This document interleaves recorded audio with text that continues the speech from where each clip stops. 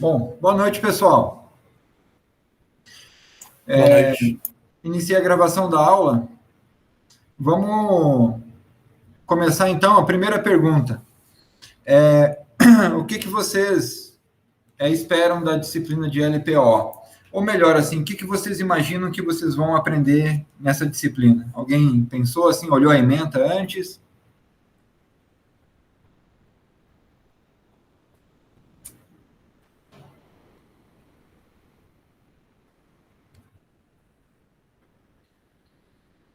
Bom, na disciplina de laboratório de programação orientada a objetos, pessoal, ela é uma disciplina prática, né, como o próprio nome diz, ela é uma disciplina de laboratório, tá?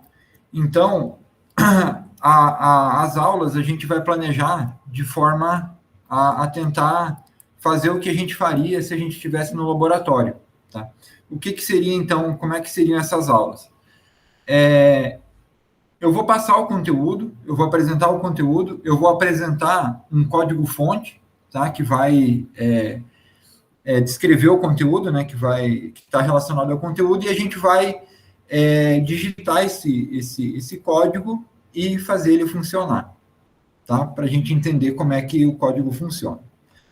A Laboratório de Programação Orientada a Objetos, pessoal, ela é uma disciplina que trata de uma linguagem que pertence ao paradigma de linguagens de programação orientadas a objetos. Bom, o que seria isso? Aí, para responder essa pergunta, eu preciso perguntar, vocês já fizeram a disciplina de Engenharia de Software 1? Já, professor, já. Já. Beleza. Então, vocês devem ter visto lá em Engenharia de Software que tem um diagrama que a gente faz, que é o diagrama de classes, né? Que tem uma forma de modelar o software, que a gente modela o software como sendo classes ou objetos, e como esses objetos se relacionam, né? Assim, o principal diagrama, né, o conteúdo relacionado, para vocês lembrarem, é o diagrama de classes. Se vocês lembrarem do diagrama de classes, vocês vão lembrar do conteúdo teórico, assim, da orientação a objetos, que vem lá da disciplina de engenharia de software. Bom, o que muda na programação orientada a objetos, diferente do que vocês vêm aprendendo até agora? Se a gente pegar, por exemplo, a linguagem C ela é dita que é uma linguagem estruturada. Bom, o que é uma linguagem estruturada? Significa que ela segue uma estrutura. Bom, tá, mas que estrutura? As linguagens estruturadas mais comuns, elas seguem a estrutura da função. Elas são linguagens estruturadas funcionais, tá? Em C, o principal objeto, assim, o computacional que a gente trata quando vai criar um programa é uma função. Então, por exemplo, eu quero fazer um programa para ler dois números e me retornar a soma deles, por exemplo. Quando a gente vai pensar como é que eu vou fazer para desenvolver esse sistema numa linguagem estruturada, eu vou pensar assim, bom, eu tenho que pensar numa função que recebe dois valores e retorna a soma deles, tá? Ou então precisa assim, fazer um programa para multiplicar duas matrizes, né? Ou para fazer cálculos matemáticos, ou para resolver os problemas de cálculo numérico, né? Ou para acessar um banco de dados. A gente sempre vai pensar dessa forma. Esse é o pensamento estruturado, né? O pensamento estruturado diz assim, a pergunta que a gente faz é qual função eu preciso criar para fazer esse trabalho, né? Eu preciso acessar um banco de dados. Tá, mas eu vou criar uma função para acessar o banco de dados. Beleza. Isso é programação estruturada. A gente pensa em termos de funções, né? A gente cria funções e essas funções executam determinadas ações computacionais. Tá. Até aí, isso aí resolveu, assim, uma infinidade de problemas computacionais e possibilitou, assim, né, a resolução de uma infinidade de problemas computacionais. Mas chegou um momento em que ainda assim houveram limitações. O que aconteceu? A linguagem orientada a objetos, ela deu um salto a mais no nível de abstração das linguagens estruturadas, criando uma estrutura computacional um pouco mais complexa, que seriam os objetos computacionais. Quando a gente fala numa linguagem de programação que é orientada a objetos, significa que agora o programador não vai mais se orientar em termos de funções, mas o programador ele vai ter que pensar no programa como um conjunto de objetos e como esses objetos se relacionam. Vamos pegar o exemplo da multiplicação de matrizes, tá? Se eu vou criar uma função em C para multiplicar duas matrizes, eu vou pensar assim, bom, então eu vou ter um código e ele vai ter uma funçãozinha ali, né, que eu vou passar duas matrizes no corpo dessa função e como valor de retorno será uma matriz com o resultado da multiplicação. Até aí tudo bem. Isso é a forma estruturada de pensar. A forma orientada a objetos, agora você vai pensar assim, bom, eu tenho dois objetos matrizes e eu vou definir esses objetos computacionalmente, eu vou criar esse objeto matriz, né? No caso, a gente vai ver mais para frente o termo classe e o termo objeto e como eles se diferenciam e como eles se igualam. Mas a gente vai aprender ao longo das aulas. O que importa é o seguinte: quando a gente vai desenvolver um sistema que é orientado a objetos, a gente, né, o programador, ele precisa pensar, ele precisa definir a resposta computacional, ou seja, o programa que ele vai desenvolver, ele tem que ser pensado em termos de objetos e como esses objetos se relacionam, tá? Nas matrizes, eu tenho uma matriz. A matriz é um objeto. Um objeto matriz pode se relacionar com qualquer outro objeto matriz. Que tipo de relação um objeto matriz tem com outro objeto matriz? Ele pode se multiplicar a outra matriz, ele pode se somar a outra matriz, né? Enfim, ele pode fazer uma operação matemática com um vetor, ou seja, ele pode se relacionar com um objeto que não é igual a ele. Né? Um vetor unidimensional não é necessariamente igual a um vetor bidimensional, mas existe relação entre esses objetos. Tá? E isso, pessoal, dá um poder, assim, um poder muito grande para o programador, porque o nível de abstração, né, a forma como a gente pode pegar ideias do mundo real e tratar essas ideias no mundo computacional, aumenta, assim, exponencialmente.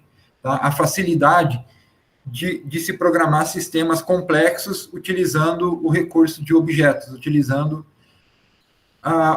Bom, uma outra pergunta. Vocês fizeram estrutura de dados 1 e 2? Vocês trabalharam com struct em C?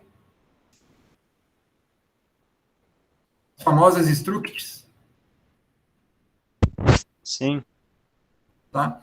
Um objeto, ele, assim, não é muito correto falar isso, mas para gerar um entendimento, vocês podem pensar que um objeto é como se fosse uma struct que tem funções dentro. Tá? É uma forma, assim, bem precária de comparar, mas é uma comparação. Você pode imaginar que o objeto é como se fosse uma struct, porque o que tem na struct? Na struct a gente define os dados dessa struct. O objeto, ele vai ter os dados, mas ele também vai ter funções ali dentro. Tá? Certo. Alguém quer fazer algum comentário, pessoal, até agora?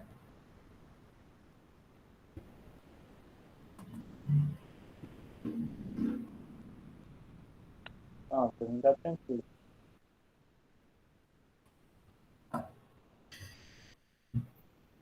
Deixa eu só pegar o...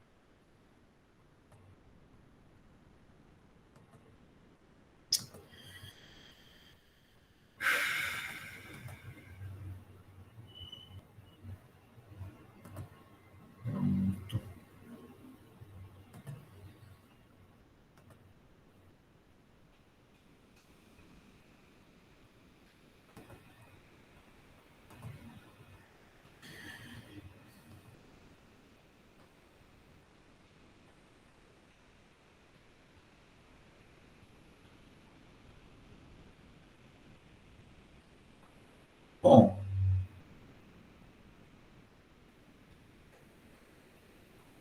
pessoal, esse aqui é o plano de curso.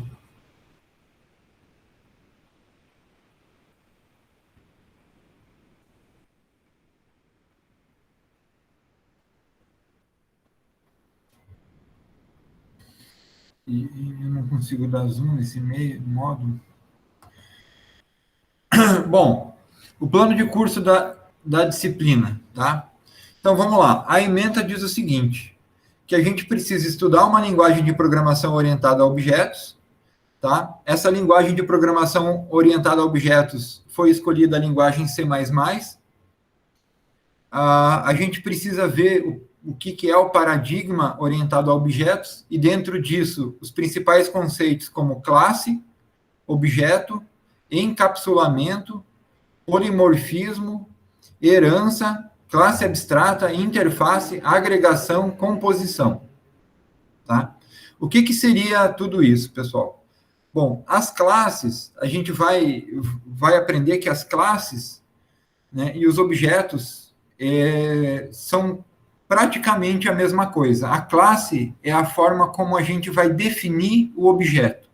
E o objeto vai ser a classe quando ela está instanciada para ser utilizada, ou seja, quando a gente faz a classe virar um objeto.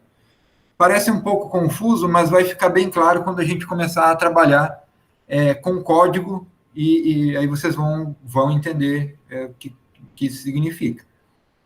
Encapsulamento é o seguinte, é um conceito que, bom, como a gente define tudo como sendo classe e objeto, a gente pode pegar os atributos desses objetos e encapsular. Tá? Ou seja, trancar esses atributos dentro do objeto. Por exemplo, uma matriz, ela teria como atributos os valores dos elementos da matriz. E encapsular esses valores significa que a gente não conseguiria acessar esses dados, né, estando fora da matriz. Só o próprio objeto que tem conhecimento dos seus dados. Tá? Isso aí também vai ficar bem claro quando a gente vê código-fonte. Polimorfismo é um conteúdo que a gente vê um pouco mais para frente no curso, a gente vê isso junto com herança e classe abstrata. O que seria isso? O polimorfismo é uma capacidade muito interessante que os objetos têm, porque a gente pode criar famílias de objetos. Por exemplo, uma matriz bidimensional e uma matriz unidimensional, elas têm características em comum. Ambas são arrays, né? Um array unidimensional e um array bidimensional. Então, todos fazem parte de uma mesma hierarquia de classes, tá? Onde uma classe abstrata array, né, poderia, através de herança, né, lançar seus atributos para classes como array unidimensional e array bidimensional. Tá? Em diagrama de classes, classe abstrata e herança é visto. A relação de herança é uma relação que as classes possuem e que é visto nos diagramas de classe. Interface, agregação e composição são relacionamentos entre objetos. Por exemplo, se eu crio um objeto computacional, um objeto carro, a gente vai ver isso num exercício, inclusive. Tá? A gente cria um objeto veículo, e aí a gente tem, por exemplo, o veículo, e tem objetos, por exemplo, um objeto motor. Tá? O objeto motor, ele vai descrever os motores. A gente pode ter diversos tipos de motores, com motorizações, com acelerações diferentes. E o carro, ele é composto, né, por outros objetos. No caso, o objeto motor, pode ter objeto roda, objeto porta. Enfim, um carro, ele pode ser montado como uma composição de diversos objetos. E essa relação de composição, a gente vai estudar como que a gente faz isso, né? Se a gente quer montar um objeto tendo como base vários outros objetos. Estruturas de linguagem, declarações, comandos de atribuição, condicional, de repetição, tá? Isso aí a gente vai ver já mais de início. Arquitetura de sistemas orientados a objetos, a gente vai ver também. Mensagens e troca, né? Ou seja, objetos podem conversar, né? Isso também é um recurso computacional, né? De certa forma, eles podem trocar mensagem. E desenvolver aplicações baseado em JSE, Java Standard Edition, do tipo Swing EWT. Tá? Essa parte JSE, tá, baseado em Java, a gente não vai ver. A gente vai ver o que tem equivalente em C++. A metodologia. Vou tirar desse modo apresentação. Os materiais de estudo serão postados no ambiente virtual de aprendizagem, lá no SIGA-A.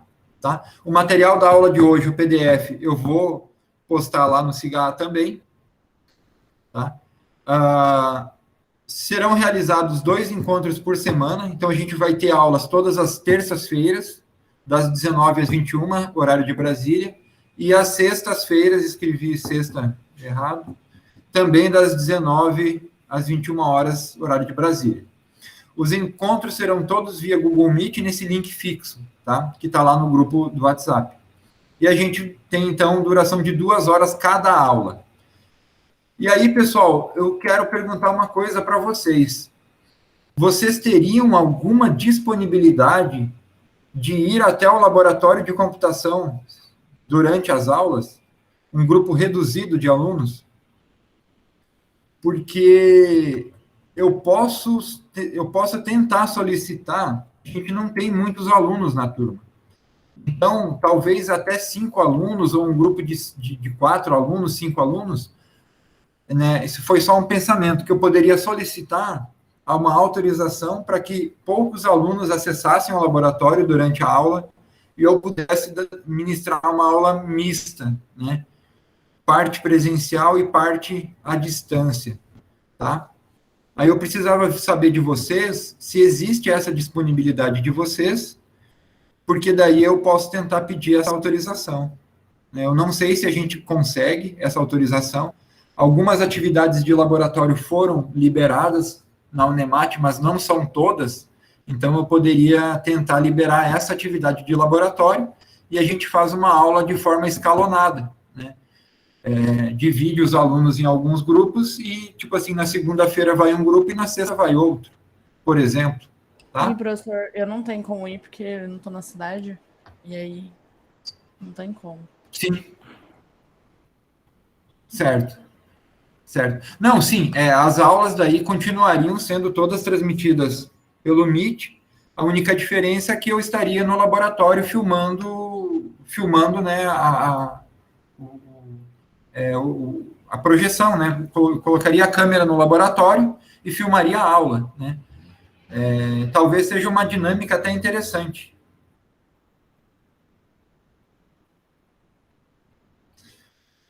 Bom, de qualquer forma, se a gente não conseguir fazer esse encontro, tá?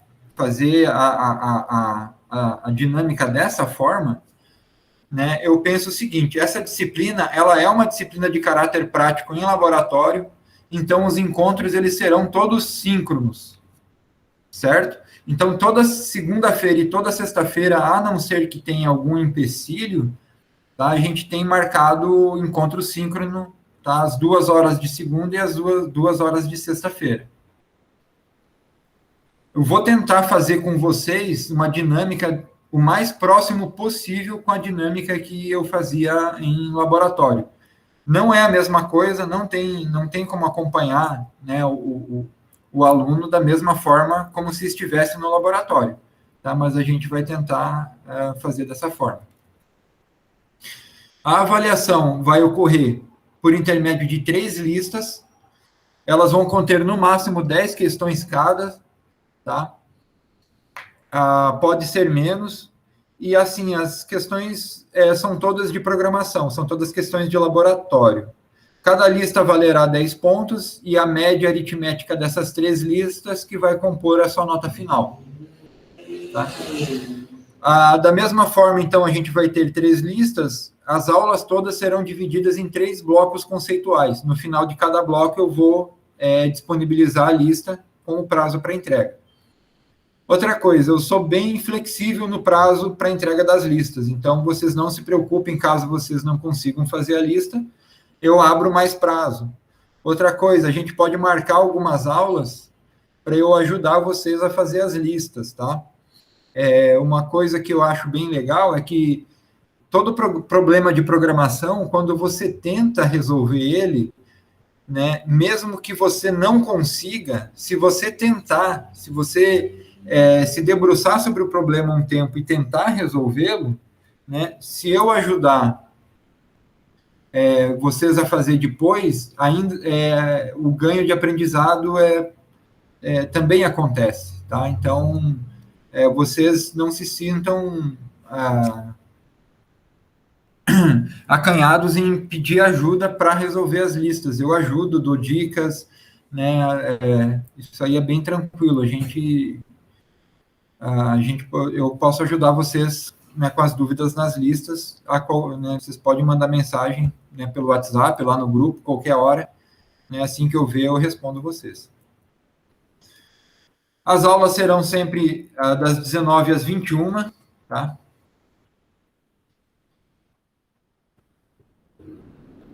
O primeiro bloco de aula, a gente vai aprender, então, sobre sobrecarga de operadores, herança e ponteiro.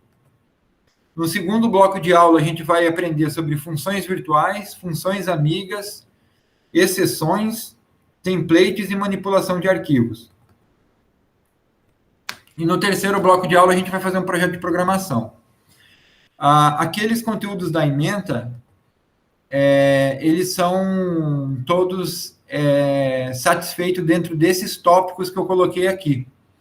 Por exemplo, funções virtuais e funções amigas, junto com o que a gente vai ver de herança no primeiro bloco, a gente já vai ver, quando for tratar de funções amigas, aqui aquela questão de polimorfismo, tá?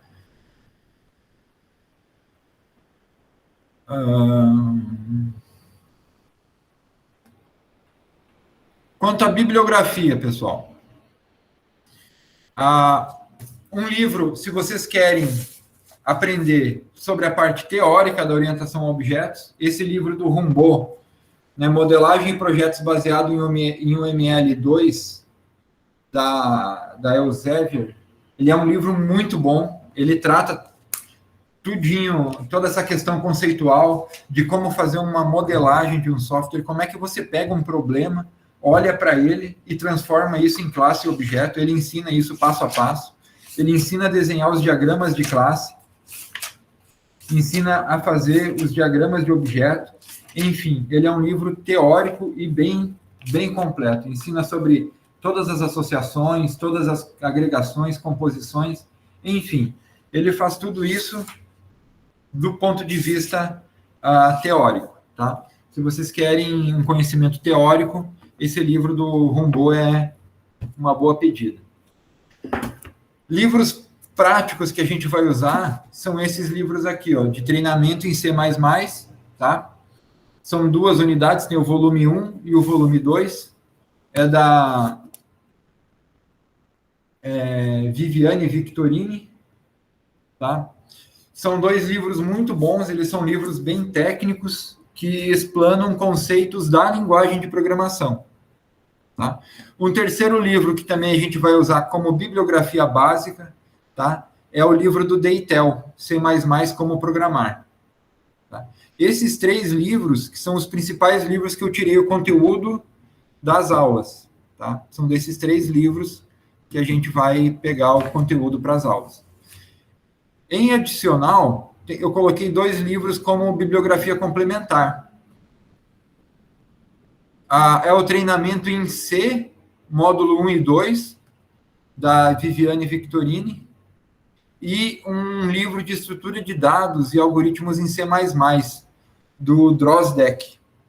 Esse livro de estrutura de dados e algoritmos em C++ do Drozdek, ele é um livro bem interessante, porque todo aquele conteúdo que vocês aprendem em algoritmo 1, algoritmo 2, estrutura de dados 1 e estrutura de dados 2, tudo em C, tudo estruturado, ele faz tudo isso em orientação a objetos. Então, quando você vai modelar uma lista, por exemplo, né, a lista não é uma lista de structs, ela é uma lista de objetos, tá?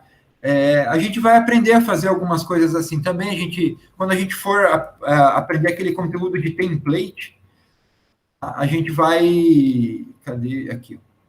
Template, a gente vai aprender a fazer listas de objetos, vai aprender a fazer objetos template, né? São ferramentas bem poderosas de programação.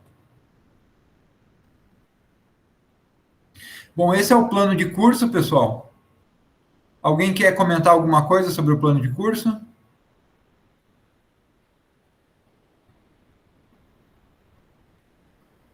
Tá, tem Eduardo de Taquari. Para quem não é de Altaraguaia, pessoal, aí não tem como ir até o laboratório. Seria uma sugestão, até assim, se tiver alunos, né, que possam ir. Os que não podem, continuariam acompanhando a aula virtual, né, e a gente tentaria fazer a dinâmica o mais próximo possível, como se fosse, como se o aluno estivesse ali presente. Pode falar, Isis.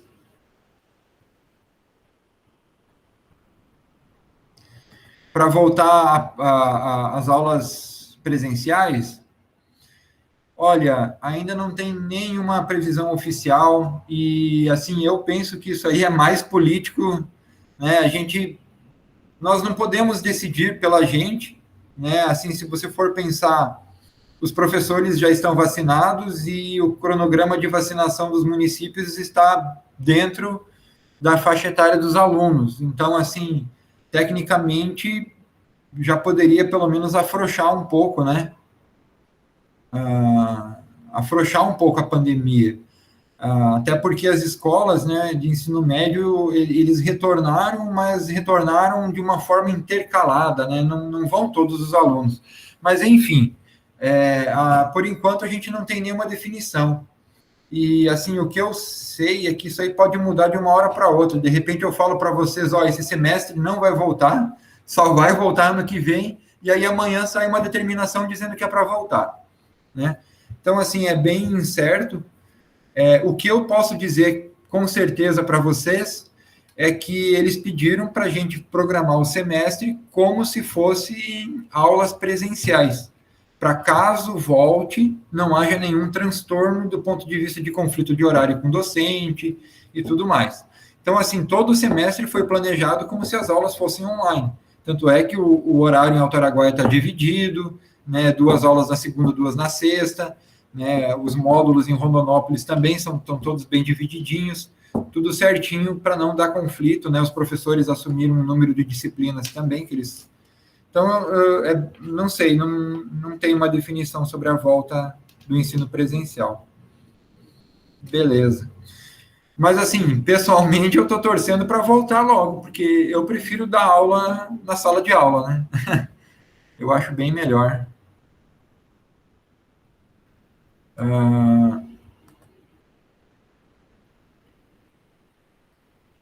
Certo. Professor, então, nós vamos o Falco mesmo, que a gente já tem instalado, que usou em estrutura de dados, né? Qual programa vocês... Eu já ia perguntar isso. Qual programa vocês usaram?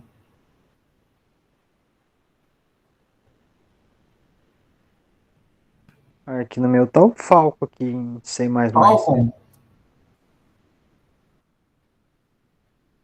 Eu não conheço. Eu uso muito esse aqui, pessoal. Ó. Eu vou abrir para vocês aqui, ó. É o CodeBlocks. O CodeBlocks, ele já é um pouco antigo, ele não vou dizer que é uma interface nova, tá? Eu conheci ela já tem quase 10 anos. E, assim, ela é limpa, simples, não tem nada de firula para atrapalhar. E, assim, o compilador que eu estou usando nas aulas é o compilador do Linux. O que significa isso? Tá? Aí tem uma outra coisinha interessante para falar para você sobre linguagem de programação.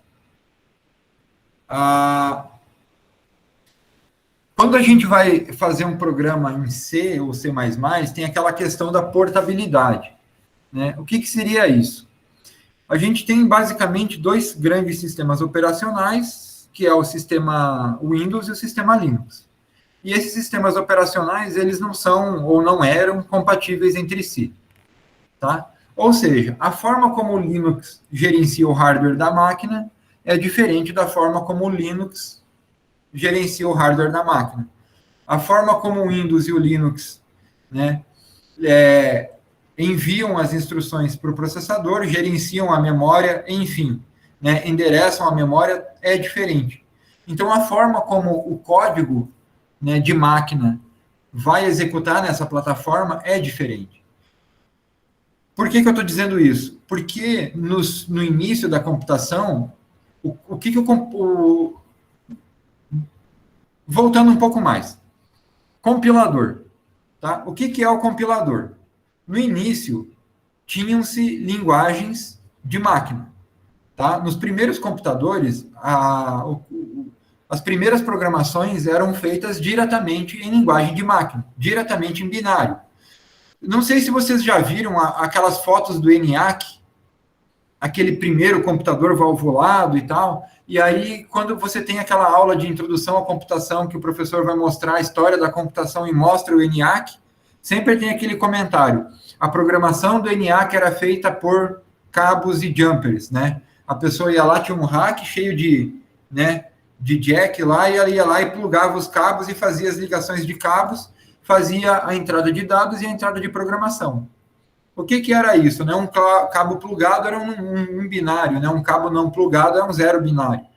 Então, eles faziam toda a programação do computador utilizando números binários. As instruções computacionais, né, por exemplo, uma instrução de soma, de mover um dado na memória, todas as instruções que o processador executa são códigos binários. Tá? Só que o pessoal, ao longo dos anos, foi percebendo que decorar instruções binárias e programar desse jeito, né, não era muito simples. Imagina você pegar um código com 300 mil linhas e cada linha é um número binário e você tem que saber o que é aquele número, que código, né, que comando é aquele número binário. Então, eles criaram as linguagens de baixo nível, no caso, as linguagens de montagem, como o assembler. O assembler nada mais é do que, por exemplo, uma instrução assim, ó, move. Tá? A instrução move, ela vai corresponder a um código binário. Certo? Qual que é? É um código binário. Então, o código assembly, ele é traduzido diretamente para um código binário.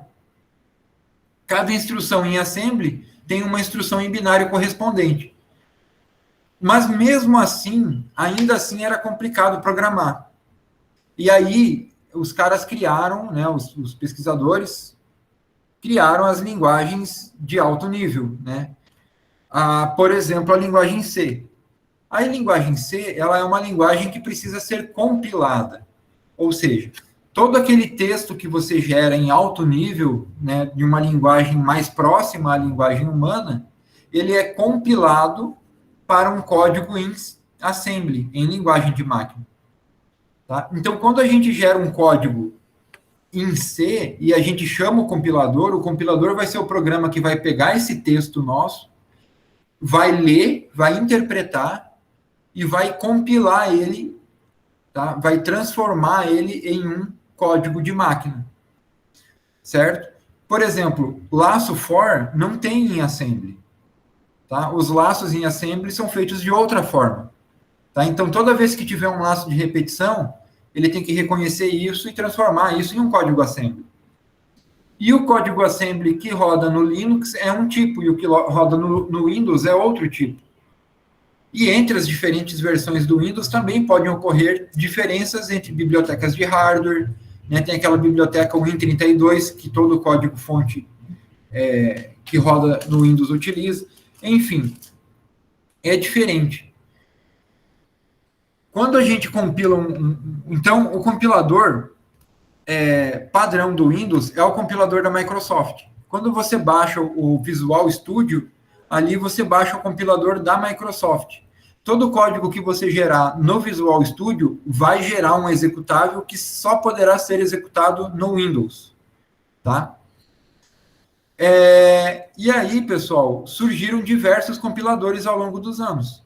Tá? Surgiu compilador proprietário, feito por empresas, tem compiladores caríssimos, tá? Tem compiladores gratuitos, aí tem o compilador gratuito do Windows, tem o compilador gratuito do Linux.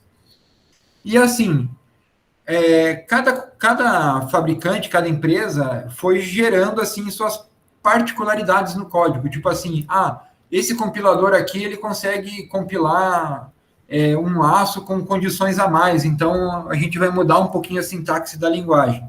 E aí a forma de você programar de um compilador para outro, às vezes, acaba sendo levemente diferente. Então, por exemplo, quando vocês pegam um código que é feito para o Visual Studio, geralmente uma ou outra linha de comando pode dar erro se você for compilar no MinGW, né, ou no MinGW, que é o compilador do Linux. Tá? Por que eu contei tudo isso? Justamente por causa do seguinte, pessoal.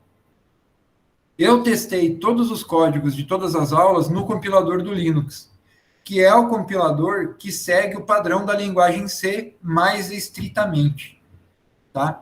Então, assim, em geral, todo o código que a gente for trabalhar nas aulas aqui, eles devem rodar, se vocês utilizarem o Visual Studio, se vocês utilizarem o MyCode Compiler lá do Google, ou se vocês utilizarem o Falcon, tá? Ele deve funcionar. Havia antigamente um compilador, era o DevC++. Ele, nas suas primeiras versões, ele vinha com um compilador da Borland. A Borland, ela fazia, ainda faz, eu acho. Só que ele não seguia o padrão C. Então, assim, toda vez que a gente... quem usava o DevC++, dificilmente conseguia fazer rodar um código do Windows ou um código feito para Linux. Tá? Várias instruções não funcionavam, porque eram escritas diferentes. Então, beleza, eu não conheço o Falcon e não sei qual que é exatamente o...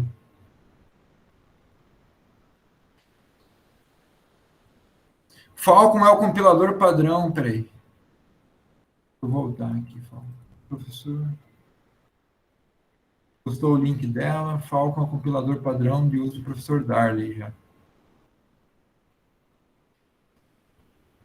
Qual é a diferença do compilador do Linux que o senhor usa no Windows? Bom, tá.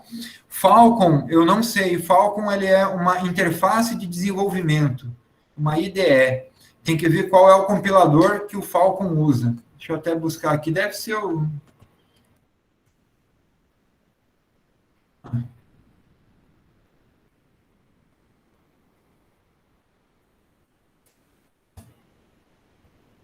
Falcon C++, vamos ver.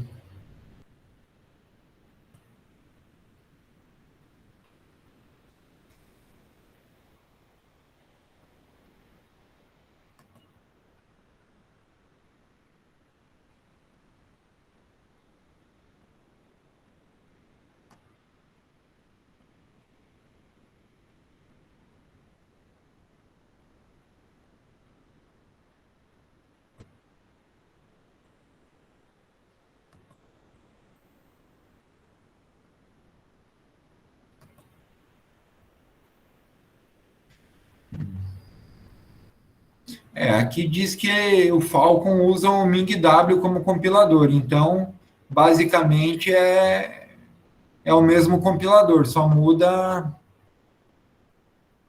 a interface, tá?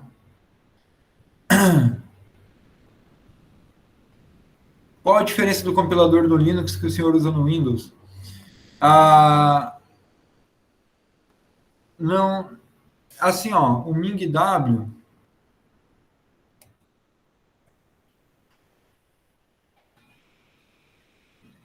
ele é o GCC. O GCC é o compilador do Linux, tá? O pessoal traduziu ele para o Windows. Então, ele é o mesmo compilador do Linux que roda no Windows. O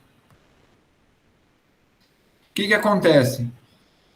Eu consigo manter compatibilidade de código. Se você é usuário Linux e usa o GCC, que vem nativamente, você instala o Linux, ele já vem com o compilador e com as IDEs padrões. Então, a minha aula funcionaria no Linux. Se você usa o Falcon, ou usa o CodeBlocks, ou usa qualquer outra IDE, e você usa o MinGW, as aulas também vão funcionar. Se você usa o Microsoft Visual Studio, talvez uma ou outra adaptação no código precise ser feita para que funcione, tá? Tem algumas coisinhas básicas que mudam. Deixa eu ver se eu lembro algum exemplo. No Linux tem algumas palavras que a gente não pode usar, que são reservadas pelo sistema, não pode criar variável com elas. Eu não me lembro, mas acho que, por exemplo, ponto, né, em inglês, que é point, não pode criar, porque tem uma variável no sistema operacional com... Ah, isso aí é interessante, pessoal. O Linux, ele divide com os programas o seu espaço das variáveis de ambiente.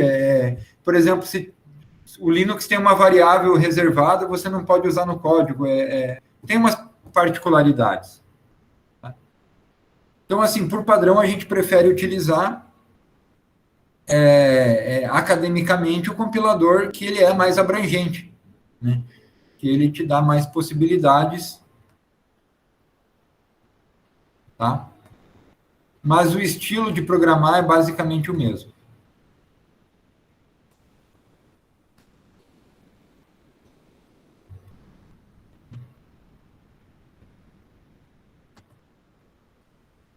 Certo.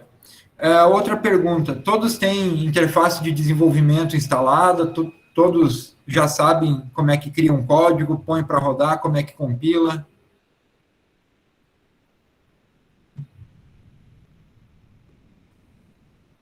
Tá? Por exemplo, vamos criar aqui, ó. Deixa eu fechar isso aqui, não vou salvar. Para a gente criar no CodeBlocks um novo projeto, um arquivo, a gente vem aqui em New File, vamos criar um arquivo em branco, e aí a gente vai salvar ele.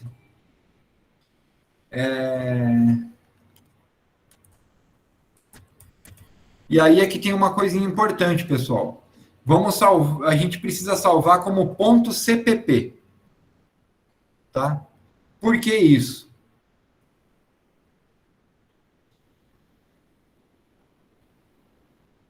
Quando vocês trabalhavam, vocês salvavam seus arquivos em .c ou o .cpp?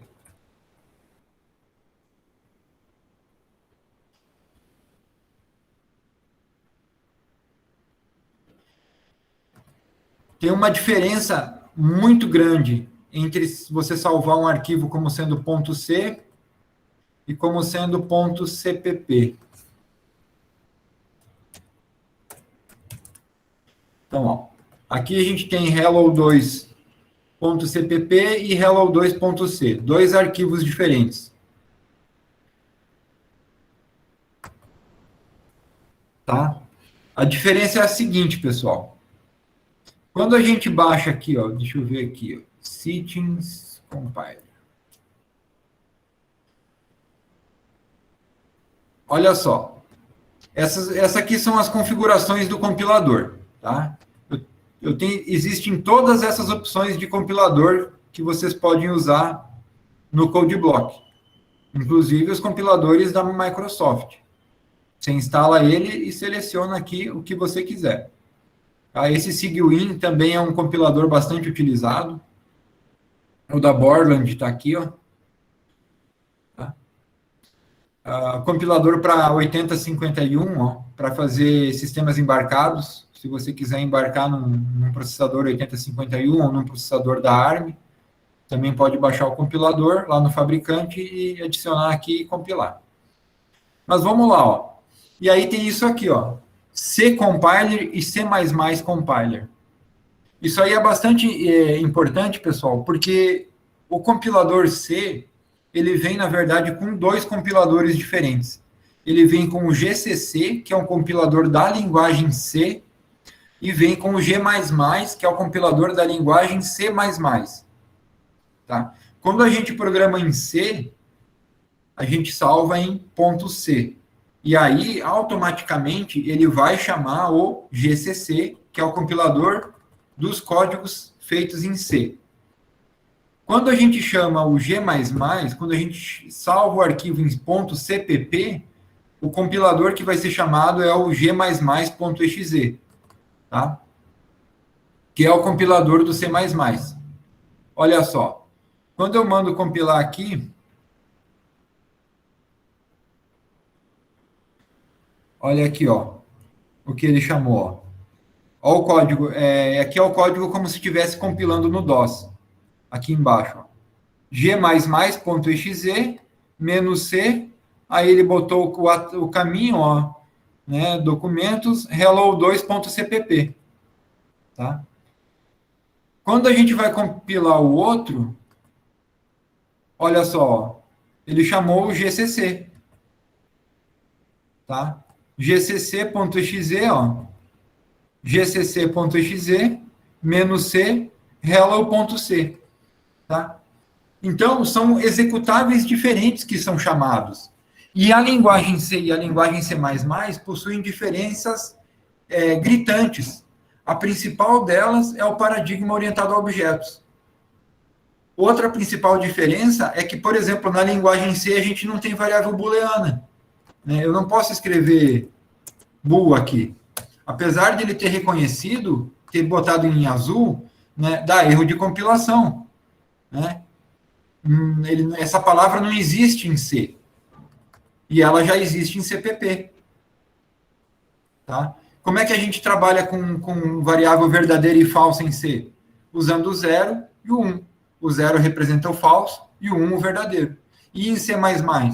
Em C++ a gente pode criar o tipo de dado booleano, né, que é bool, e trabalhar com true ou false. Tá? Essa é uma diferença da linguagem C para a linguagem C++.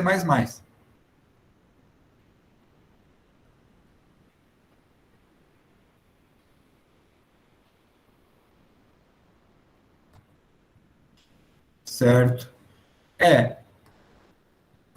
Quando eu fiz o mestrado, lá os professores, assim, eles... Para você ter uma ideia, os professores lá gostavam que a gente usava o bloco de notas para programar e fizesse as compilações todas no DOS.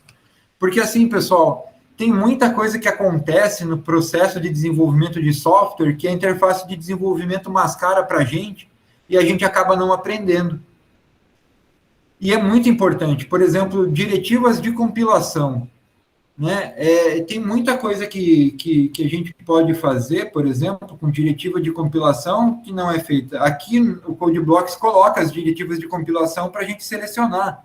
Por exemplo, se eu quero fazer um código que seja compilado com alto desempenho de otimização para velocidade, eu posso, né, selecionar as opções de compilação e ele vai compilar.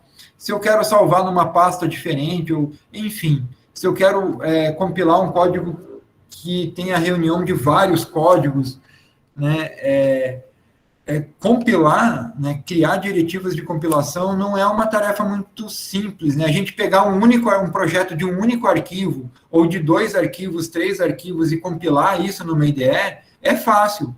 Agora, você imagina um sistema grande, né, onde a pessoa tem lá 100 arquivos, 200 arquivos de código-fonte, que usa mais de uma linguagem de programação, né? Como é que compila isso? Tem que criar as diretivas de compilação, você vai ter que criar um arquivo para instruir o compilador a compilar o código. Qual código compila primeiro, né?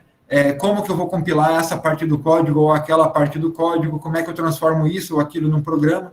E tudo isso aí a gente acaba não aprendendo por usar uma interface de desenvolvimento. A gente acha que tem que apertar o playzinho na interface e tudo acontece. Mas, na verdade, quando a gente aperta a engrenaginha ou o playzinho na interface, um monte de coisa está acontecendo.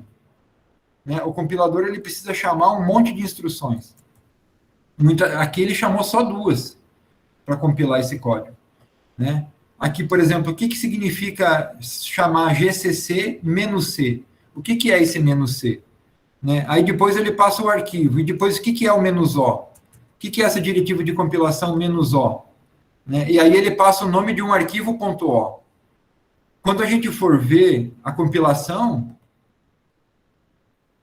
lá na pasta, depois que compilar, ele vai gerar o exe, mas vai gerar esse arquivo objeto, esse arquivo .o. O que é esse arquivo? Né? Entendeu? Tudo isso aí acaba ficando mascarado quando a gente usa uma IDE, porque a gente não vê essas coisas acontecendo. Tá? E, enfim.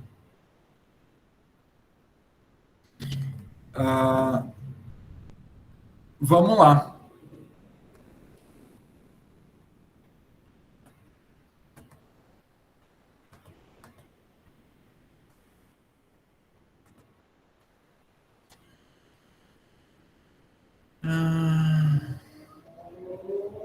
Bom,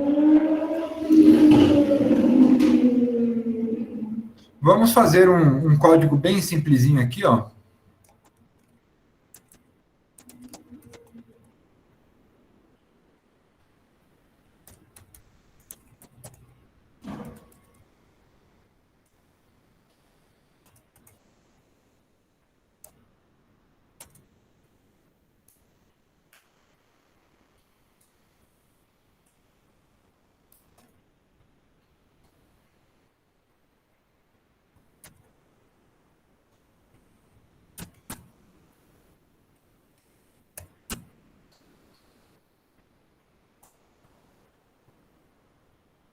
Bom, aí eu pergunto para vocês, esse código aqui, vocês reconhecem as instruções?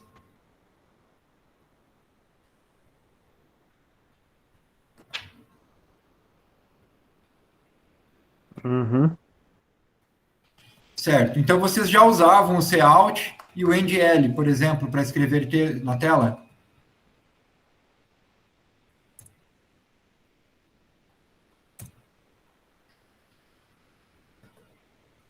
Se a gente colocar para compilar, ele vai dar erro, vai dizer que o cout não está definido. E aí tem duas coisas que a gente pode fazer. O cout, ele é um objeto. O cout, pessoal, é um objeto.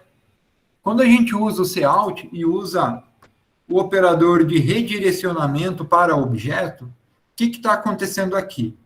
Eu estou redirecionando essa string para dentro do objeto cout. Cout é um objeto instanciado para a saída padrão. Tudo que eu enviar para ele será imprimido na saída padrão.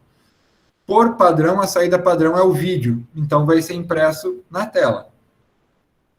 Tá? Então, o cout ele é um objeto, e ele é um objeto pertencente à classe Standard Template Library, STD. Então, para que ele pertença a um objeto, tá, ele está empacotado, né, na biblioteca STD. Então, a gente coloca STD aqui, dois pontos, esse dois pontos faz a ligação, tá, entre objetos, entre pacotes e objetos, enfim. Ele está dizendo que cout pertence a STD. E endl também. Essa é uma saída. Já faria funcional. Compilou e executou. Tá? Hello. Ok. Outra saída seria, então, não utilizar STD aqui, porque, assim, digamos que você não queira ficar repetindo STD o tempo todo. Então, no início do código, você pode colocar using namespace std. Significa o quê? Que nesse código eu estou utilizando o espaço de nomes standard, ou seja, tudo que está no pacote standard está sendo importado, e todas as palavras reservadas, todos os objetos declarados, todas as classes declaradas em std, eu posso utilizar diretamente. E aí o código vai funcionar. Ó, compilou, funcionou, tranquilo. Isso é C++, pessoal. Programar utilizando isso aqui é programar em C++. Por quê? Primeiro, porque a gente salvou em CPP, né? E está chamando o GCC, o G++, que é o compilador, para C++. Vamos fazer isso aqui, então. Agora, vamos colocar o mesmo código no hello.c. Vamos salvar. Vamos compilar. Aí ele diz, ó, fatal erro, IOStream não existe no diretório. Por quê? Porque primeiro que IOStream é um objeto, é uma biblioteca objeto do C++. Qual que é a biblioteca que a gente usa em C para fazer entrada e saída? stdio.h. Né? Vamos compilar de novo. Using namespace não existe espaço de nomes, não tem pacote em C. Isso não existe em C, só em C++, tem que tirar. O cout também não existe. O cout é um objeto. O C não reconhece objetos. Endl, o final de linha, também é um objeto. O C não reconhece objetos. Então tem que tirar. E aí sobrou só hello. Lembram quando eu falei para vocês da principal diferença de C e C++,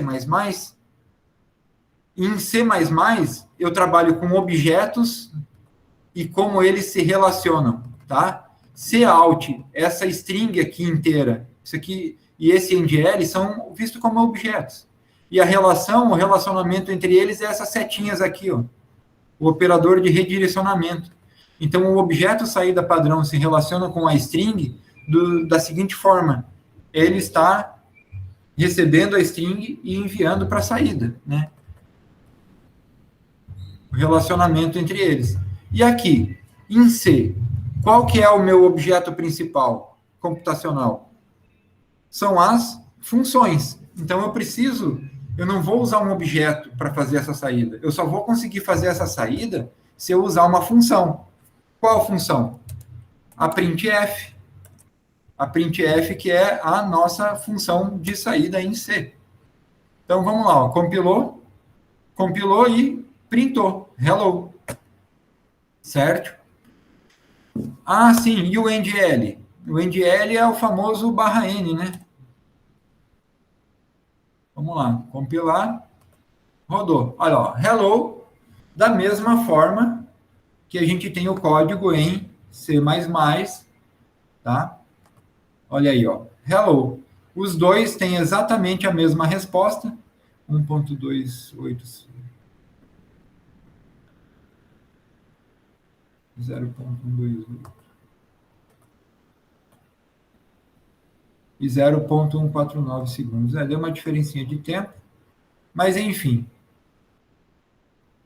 Os dois códigos produzem a mesma saída, porém, são códigos que executaram com tempos levemente diferentes, tá? E são códigos que vão gerar arquivos de código-fonte com tamanhos diferentes, tá? O primeiro foi todo escrito em C++ e o segundo foi todo escrito em C.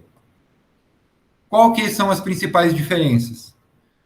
O arquivo, eu salvei um .c, o outro CPP, as bibliotecas que eu uso, né? Em C eu preciso usar as bibliotecas do C, tudo que eu faço é baseado em funções, e em C++ eu incluo objetos, biblioteca, eu incluo pacotes de nomes, e eu trabalho com objetos e como eles se relacionam, tá? Então, lá no início da aula, quando eu falei que a gente ia estudar os objetos e como eles se relacionavam, a linha 6 é um bom exemplo disso. Tá? A gente tem aqui 3 objetos e 2 relacionamentos entre eles, tá? Que é o operador de redirecionamento de fluxo, tá? Que vai redirecionar um objeto para dentro do outro objeto.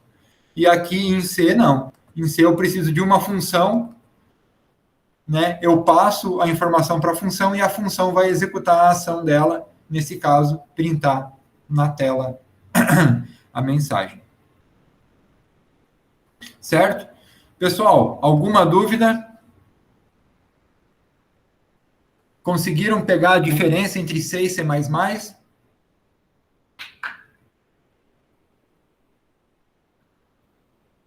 Acho que até agora tá de boa, professor. Até agora tá de boa? Até agora, né? Tá. Até agora. Até agora. Não, mas vai continuar de boa. Ixi, a aula vai ser bem leve hoje. Bom, tá.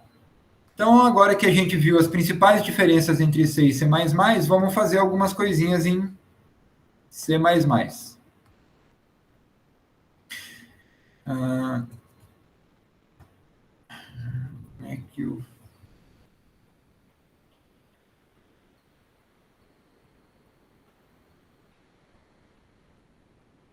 Tá. Pessoal, a gente vai ver hoje, então, um pouquinho sobre sobrecarga de operadores, tá? A sobrecarga de operadores... Esse aqui não é o arquivo da aula. Eu não estou usando o meu computador, pessoal, porque eu tive que vir aqui para Rondonópolis, e aí eu instalei tudo agora, cheguei aqui e preparei a aula. Deixa eu só pegar o arquivo da aula certo.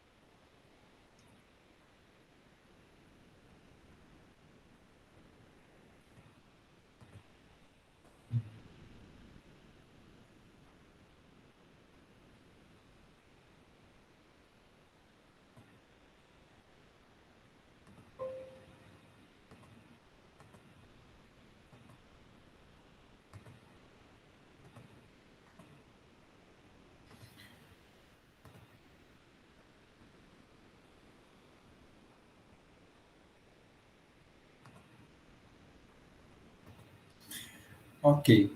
Estão conseguindo ver aí, pessoal? Sim. Então, hoje a gente vai estudar um pouquinho sobre a sobrecarga de operadores. Tá? O que são operadores? Por exemplo, os operadores de soma, subtração, multiplicação, tem os operadores relacionais, menor, maior igual, enfim. O que a gente vai fazer agora? A gente vai sobrecarregar esses operadores. Tá? Eu não sei se vocês chegaram de ver isso em alguma outra disciplina em C. Você, por exemplo, poder usar o operador mais e atribuir uma função diferente para ele. Tá? Mas vamos lá. A ideia é fazer com que os objetos criados pelo programador possam realizar operações através dos mesmos operadores dos tipos básicos, como mais, menos, multiplicação, etc. Tá? O único operador que a gente usa de forma automática, ele é o operador de atribuição. Tá? A gente pode, ele é praticamente sobrescrito para todos os objetos. A implementação da sobrecarga de um operador é definida por funções chamadas de funções operadoras, tá? E elas são criadas como métodos de classes. A gente não pode alterar a natureza do operador. Se ele é um operador que opera sobre dois dados, ou seja, se ele é um operador binário, ele precisa continuar operando sobre dois dados.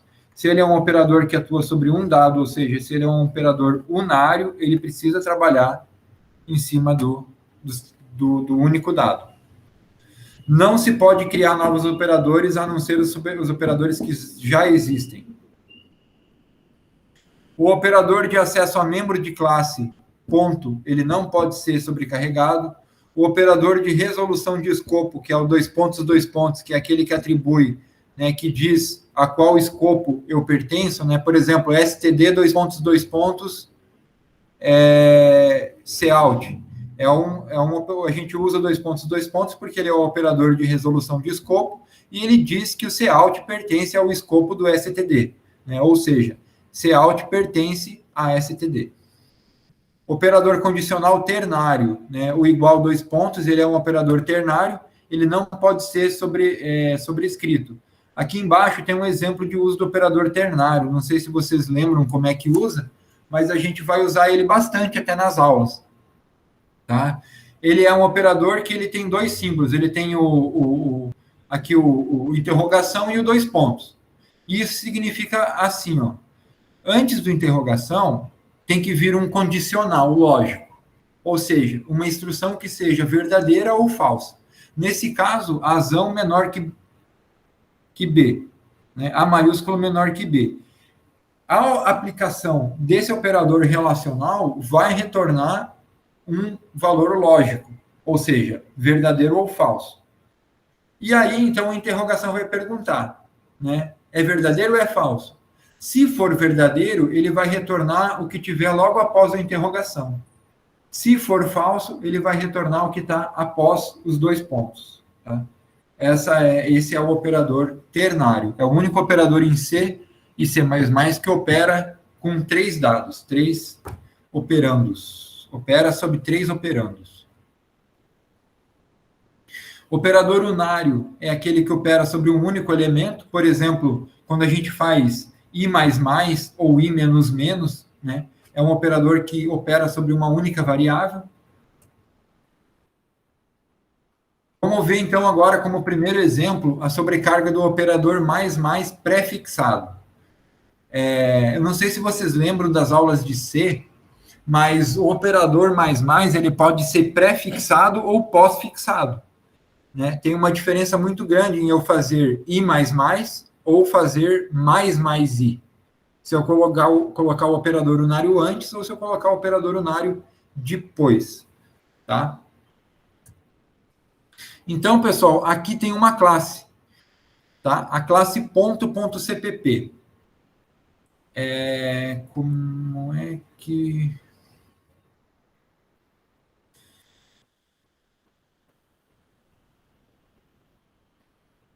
Agora, só com...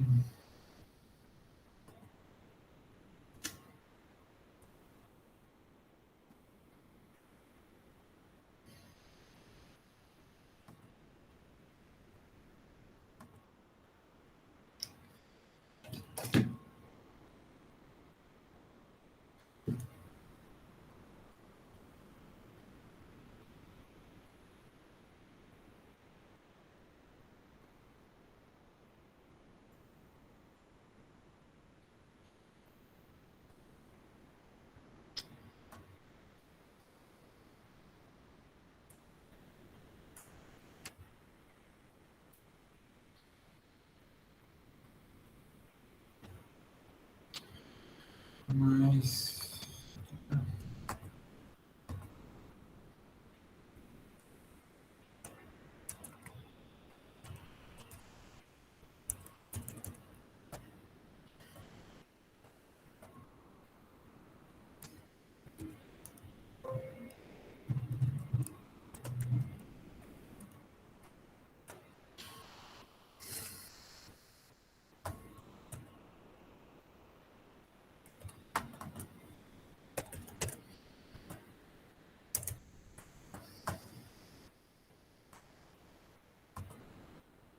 Pessoal, vocês conseguem enxergar o código? Tá, professor, tá dando para enxergar assim. Beleza. Então, vamos lá. Crie um novo arquivo, salvem como .cpp e vamos começar o código. Então, vamos lá. Primeira instrução. Include IOStream. O que essa instrução quer dizer? IOStream é o objeto biblioteca padrão, tá? É o arquivo lá, no final das contas, é um arquivo que vai conter a chamada para todos os objetos de entrada e saída de dados, tá? É o stream de entrada e saída. É através dessa biblioteca que a gente controla ou acessa a entrada e a saída de dados padrão, tá? Do código. Se a gente quiser acessar teclado e vídeo, rede, impressora, enfim, a gente usa a IOStream. Se a gente quiser manipular as entradas e as saídas. Segunda linha, usem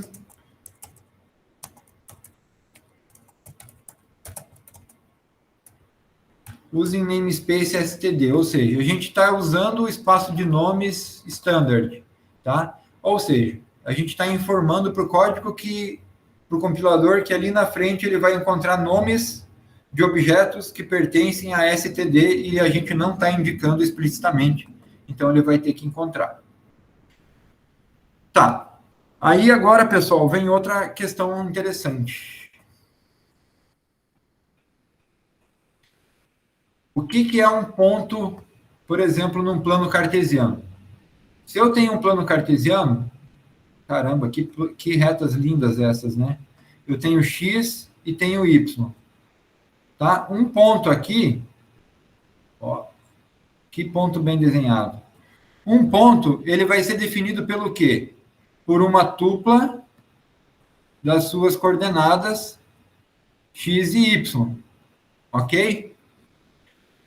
Tá? Então, o objeto ponto, se a gente for fazer o diagrama de classes dele, lá no padrão, né, ele é assim, ó, um retângulo, aqui a gente vai escrever o nome.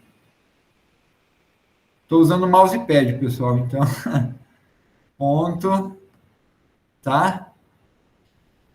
E no segundo retângulo, a gente vai dizer quais dados tem. Então, é x e y. Esses são os dados que a gente armazena, né? Eles podem ser do tipo int. Int, os dois. Tá? Ok. Como é que a gente... Então, vamos desenhar essa classe ponto aqui. Para a gente criar uma classe, a primeira coisa que a gente diz colocar a palavra reservada class. Tá? Então, aqui a gente está informando para o compilador que a gente está declarando uma classe. Essa classe vai se chamar ponto. Simples assim. Então, class seguido do nome da classe vai ser a declaração da classe.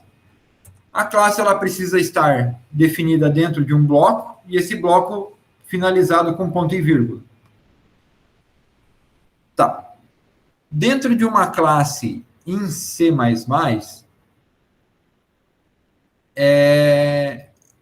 a gente tem basicamente duas divisões. A gente tem a parte privada da classe e a gente tem a parte pública da classe.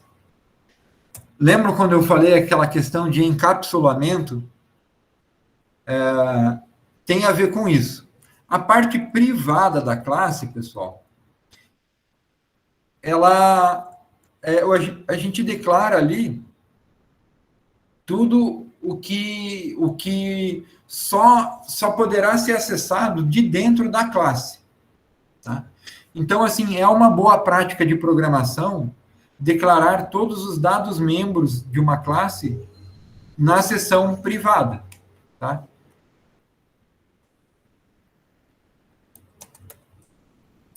Então, a gente vai quais são os dados membros da classe ponto?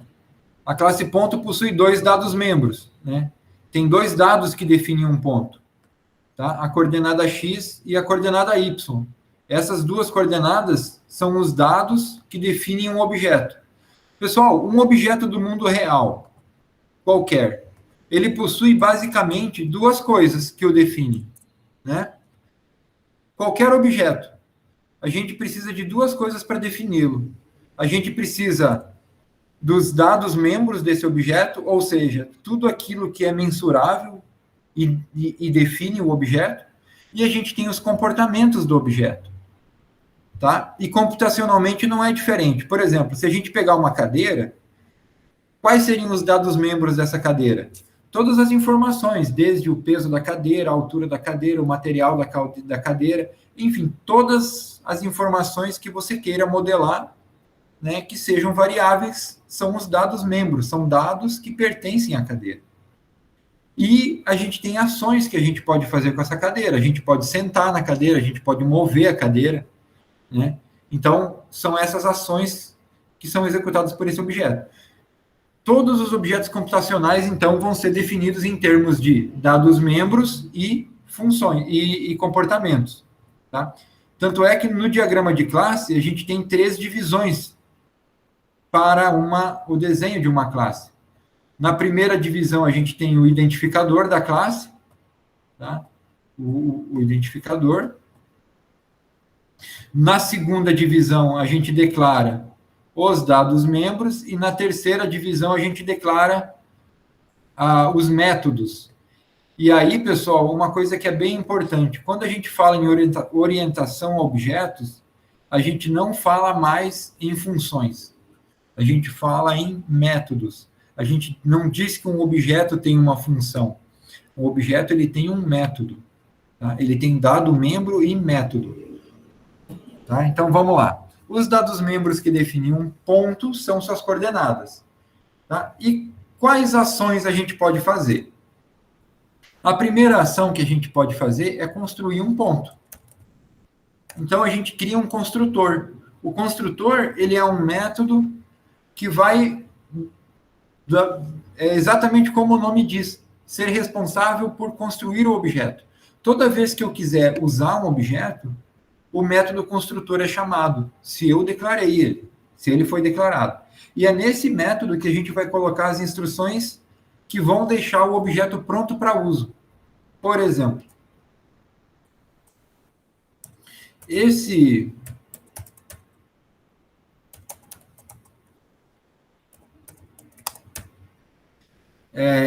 construtor, ele faz o seguinte, ele recebe 2 variáveis, x1 e y1, e as atribui ao x, aqui, x1, vírgula, y, Y1. Tá? Através dessas instruções aqui, ó, o que essa instrução está fazendo? Ela está dizendo o seguinte, ó, receba a função, né, o construtor ponto, vai receber 2 argumentos do tipo inteiro, tá? O primeiro argumento chama x1, o segundo argumento chama y1. Caso esses argumentos não estejam presentes ou não sejam declarados na chamada do construtor, então, na ausência deles, será atribuído 0. Então, quer dizer assim, ó, se eu chamar o construtor e não passar argumento, né, o compilador vai entender que a gente quis passar o valor 0, porque tem essa atribuição a 0, o valor inicial da variável. Se eu não colocar nenhum valor para x1 e para x2, y1, eles vão valer 0. E aonde que vai entrar x1 e y1? Ó, essa instrução aqui é o seguinte, é construtor de argumento. Ele vai pegar a variável x1 e vai atribuir a x, tá? Nessa instrução aqui. E essa aqui vai fazer o mesmo para y. Vai pegar o y1, que entrou aqui, e vai atribuir em y. Então, pessoal, o construtor ele vai fazer o seguinte. Quando eu quero construir um ponto, né, se eu estou construindo um ponto, eu vou desenhar um ponto no plano cartesiano. Para eu desenhar esse ponto, eu tenho que saber a coordenada x e a coordenada y dele, né? Se eu não sei, ele vai iniciar como um ponto na origem, um ponto 0, 0. Tá? Se eu não informar, vai ser criado um ponto lá na origem, em 0, 0.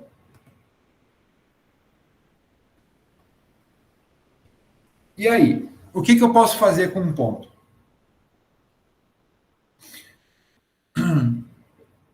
Eu posso printar o ponto, e aqui a gente pode fazer o seguinte, eu posso incrementar um ponto. Né? Eu posso fazer o ponto se deslocar no plano cartesiano uma posição, por exemplo, uma posição em x e uma posição em y. Tá? Então, vamos criar esses comportamentos.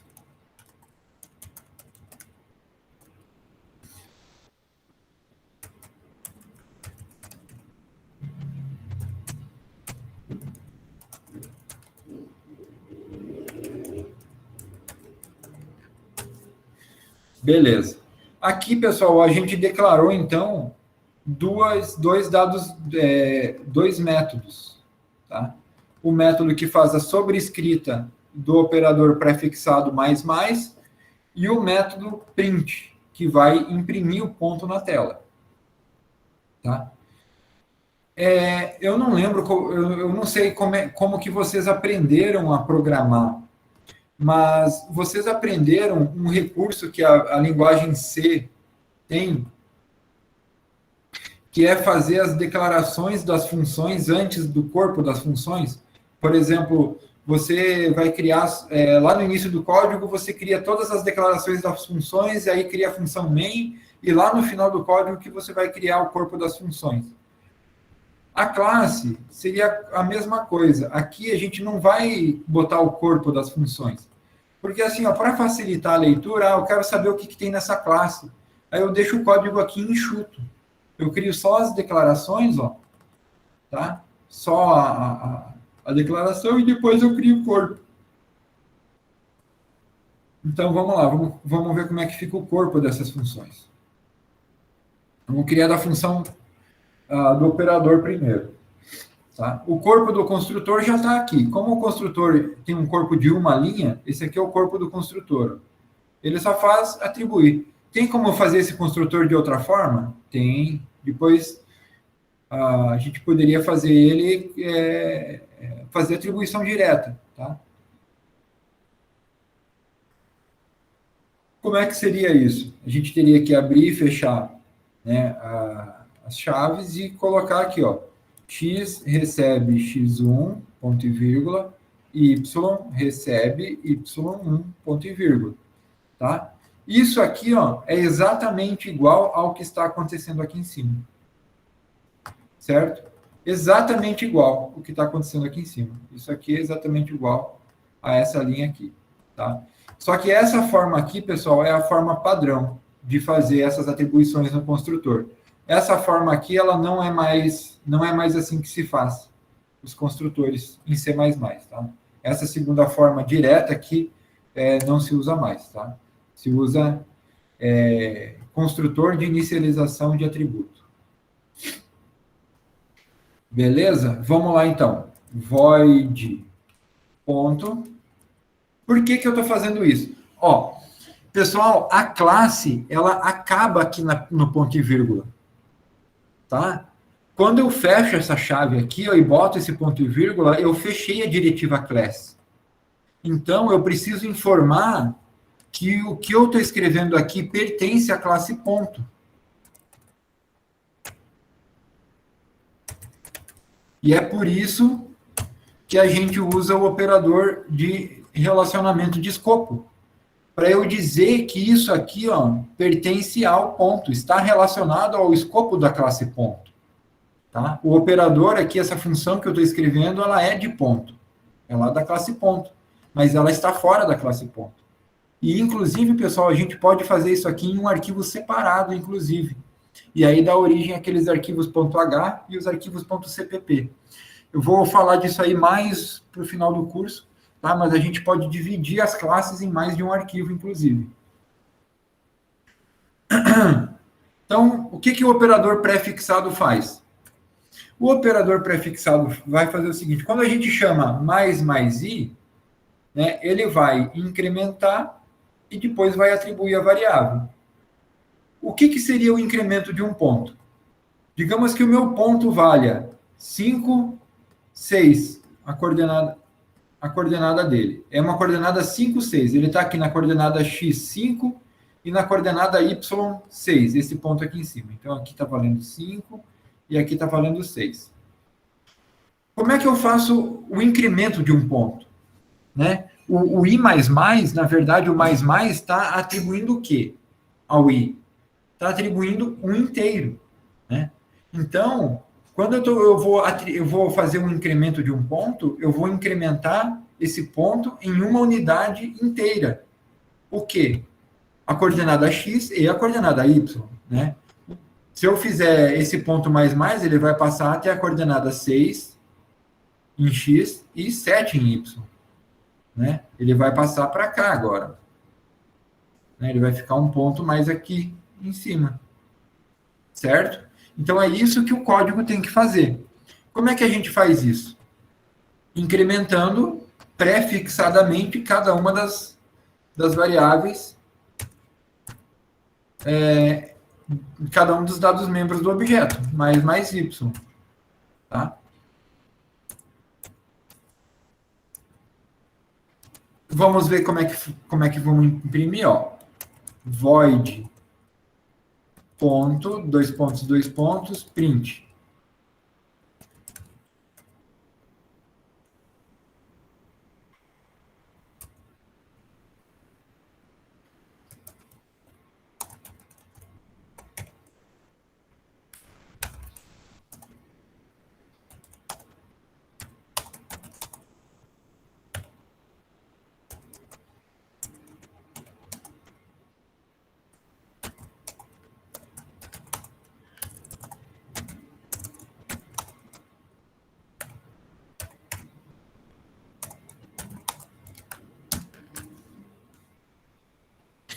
Olha só, aqui aconteceu o seguinte, ó. Foi montado uma função cout, tá? Onde, ó, eu estou redirecionando para a saída padrão um caractere. Nesse caractere eu tenho o parêntese abrindo, aí eu vou redirecionar uma variável inteira chamada x, que é a variável, olha só, quando eu boto o mouse em cima ele me mostra, ó, que é uma variável inteira e x pertence a ponto. Aí eu vou redirecionar uma vírgula e aí a coordenada y e o fecha parênteses e uma nova linha. Então, isso aqui vai fazer o quê? Vai imprimir o ponto naquele padrão, né? A coordenada x e a coordenada y entre parênteses separado por uma vírgula. Beleza, terminou. Definimos uma classe ponto com dados membros e com métodos. Os métodos estão prontos, tá? Agora é só compilar. Compilou, ó. Opa, deu um erro de compilação aqui.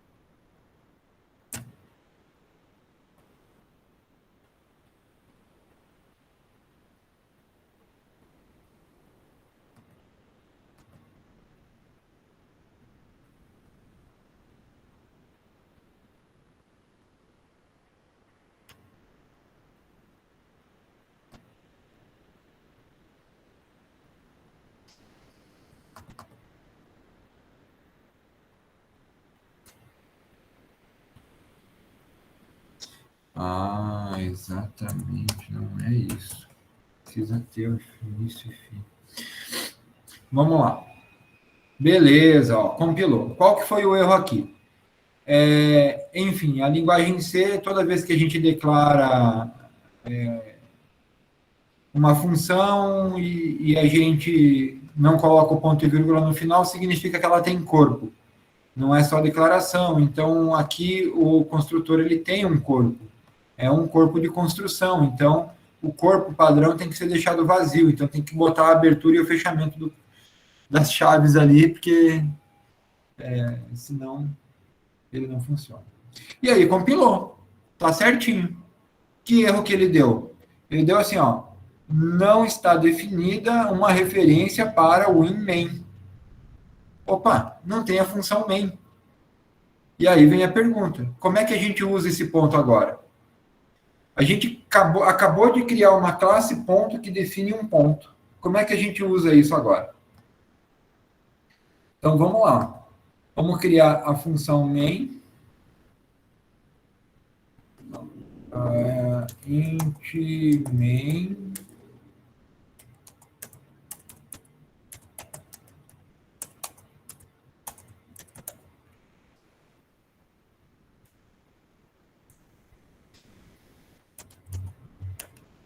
O final da função main é sempre importante colocar esse return 0. Por que é importante? Porque a função main é uma função do tipo inteira, então toda função do tipo inteira precisa retornar um valor do tipo inteiro. Tá? E por padrão, né, quando o sistema operacional chama um executável, ele espera que no final da execução, aquele executável retorne um valor igual a 0. Para que isso? Para informar o programa que o código executou corretamente. Tá? Então, no final da função main sempre vem essa instrução return 0. Tá? O código funciona se não colocar, mas é uma boa prática de programação, então é importante colocar. Criando a função main, vamos criar 2 pontos. Olha só como é fácil criar um ponto. Para criar um ponto, basta a gente escrever, ó, ponto A. A gente criou o ponto A. B, 2,3, por exemplo. A gente criou o ponto com as coordenadas 2,3. E C. Aqui a gente criou 3 pontos. O ponto A, o ponto B e o ponto C. Aí eu pergunto para vocês, que coordenadas terão no ponto A, no ponto B e no ponto C?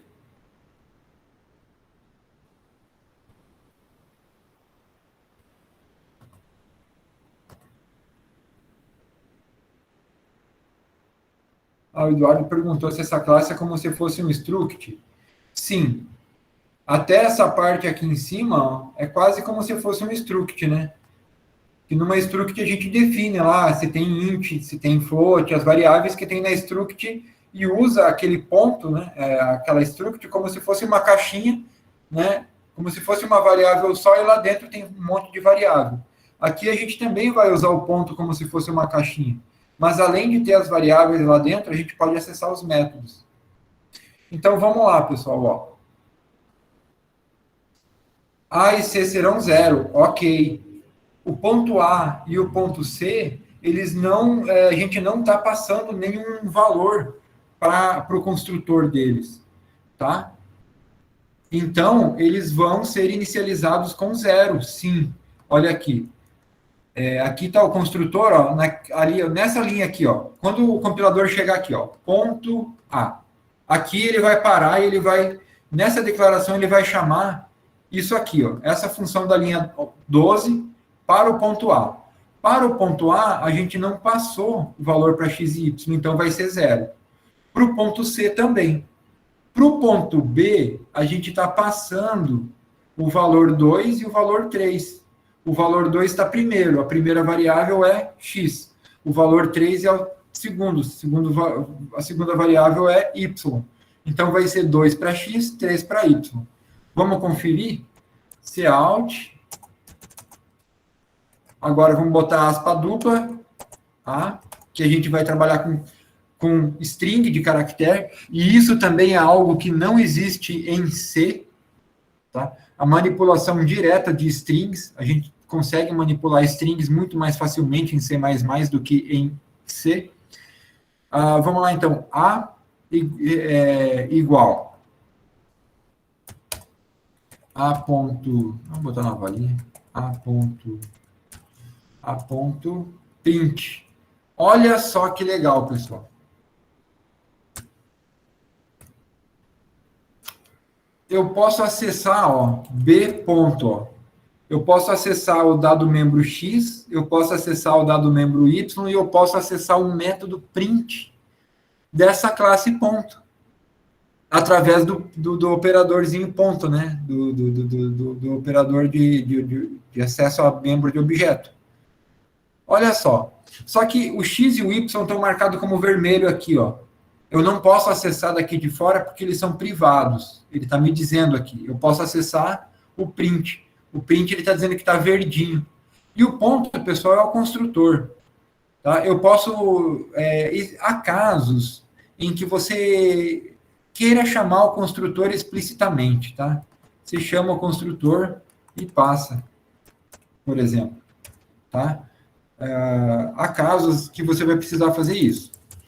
Mas olha só que legal. Então, eu digito o objeto, ó, C, aperto o ponto que é o operador que vai relacionar os dados membros, né? E aí ele me permite acessar o que tem naquele objeto. Tá? Desde as funções para imprimir, quanto os dados membros. Os dados membros são privados, eu não posso acessar. Isso é encapsulamento. Mas a gente vai ver mais para frente. Então, vamos... Cout B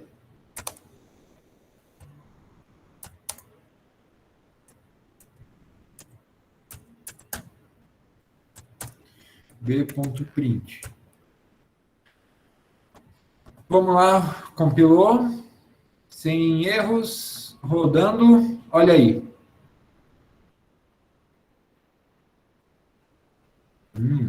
Interessante. Por que que ele imprimiu isso desse jeito?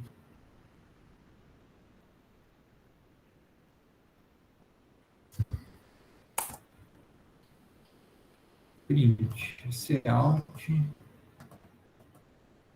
Mas isso aqui é um caractere simples, não tem porquê. Aí assim não vai dar.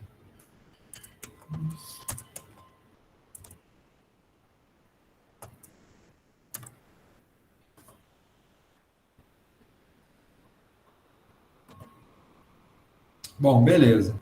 Por alguma razão que eu desconheço, dessa vez o código não aceitou aspas simples, não aceitou redirecionamento de caractere, mas aceitou o redirecionamento de objetos string. Quando a gente usa aspa dupla, a gente está usando string, tá? E a string é vista como um objeto. Quando a gente está usando aspas simples, a gente está trabalhando com um caractere. Aí o caractere é um caractere simples, né? É uma variável simples. Então, olha aqui, pessoal. O A tá aqui, ó, 0, 0 e o B 2, 3. Perfeito. Como é que a gente vai usar aquele operador que a gente criou lá? Basta chamar o operador como a gente chamaria, né? Mais e o objeto A. Tá? Mais e o objeto B. Tá? Vamos ver como é que ficou A e B? Pois.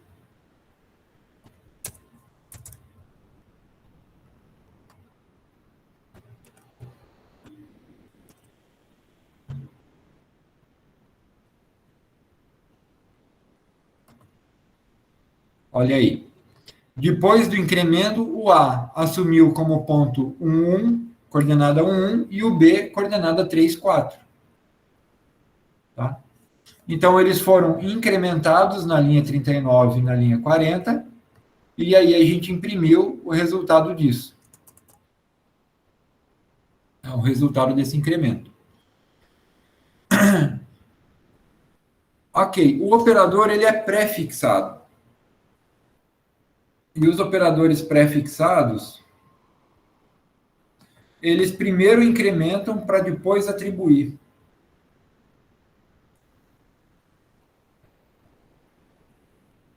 Tá? Opa.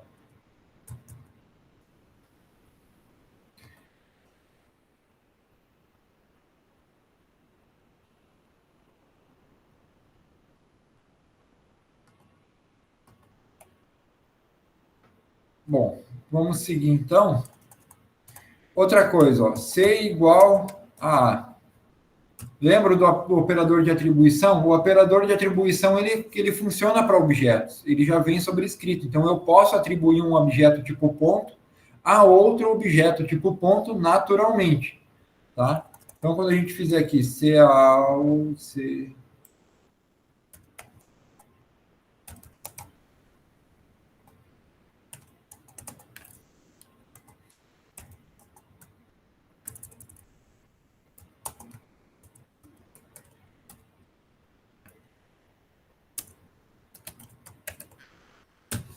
E faz C.print, olha aí. O C vai receber, o C agora possui 1, tá? Por quê? Porque ele recebeu o conteúdo de A após o incremento, tá? Depois que a gente incrementou a variável A.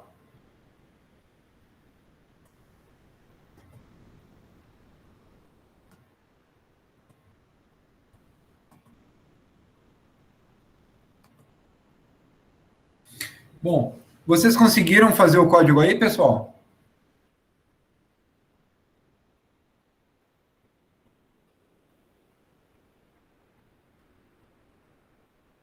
Professor, eu não fiz não, tava só prestando atenção aqui. Até mandei mensagem ali no... É sério, no chat ali ainda falei depois pra você mandar o código.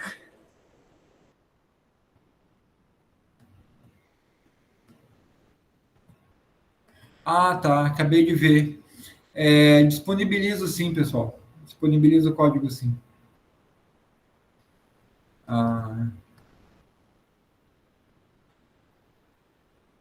Porque é privado. Se A e C serão 0 porque é privado? Não, professor, é aquela hora que ficou vermelhinho. Ah, tá, sim, ficou vermelho porque é privado, tá, não tá certo.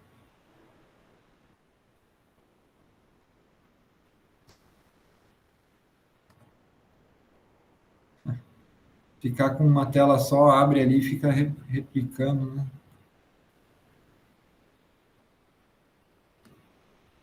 Bom, sobre o código, pessoal, ficou alguma dúvida? Tem alguma coisa que vocês não conheciam ainda da linguagem? Ou tá indo tranquilo? Mais ou menos, né, professor? Mais ou menos? Mais para mais ou mais para menos? Para mais, para mais. Ah, que bom. Não, assim, ó, agora falando sério, se vocês tiverem qualquer dúvida ou qualquer dificuldade, vocês precisam me falar, porque daí eu vou ajustando, né, a explicação, né, conforme a necessidade de vocês, tá? Porque quando a gente prepara uma aula assim, às vezes a gente pressupõe que o aluno já viu alguma coisa e ele não viu. Então, por exemplo, se você me falar, professor, mas tal parte do código eu não conheço, aí eu posso voltar e explicar melhor, dar uma base melhor para aquela parte, sabe? O importante é que vocês não fiquem com dúvida. Se tem dúvida, podem perguntar e todas as perguntas serão pertinentes, podem ter certeza.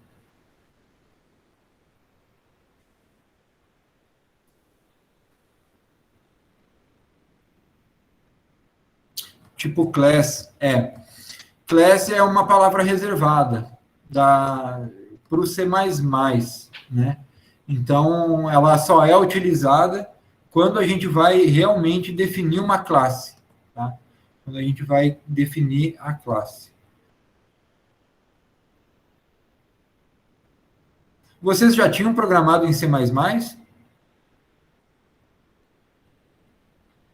Não, então, professor, isso que eu ia falar. A gente programou muito em C, então acho que C++ assim vai ser o primeiro contato, sabe? Nossa. Tá, mas vocês programavam em C, mas usavam os recursos de C++, usavam Cout, usavam os namespaces. Não, professor. Vamos usar agora. Era tudo no printf? Aham. Ah, tá, entendi, legal. Ok. Mas assim, que a explicação deu para entender certinho aí. Por isso que eu pedi o código para dar mais uma estudada, assim. Mas deu para entender. Tá.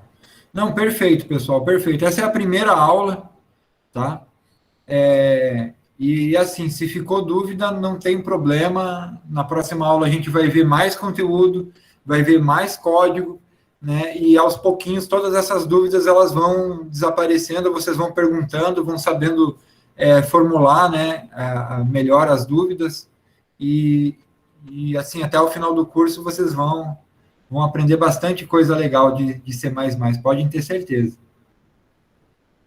Tá? Bom, vamos terminar essa explicação do código.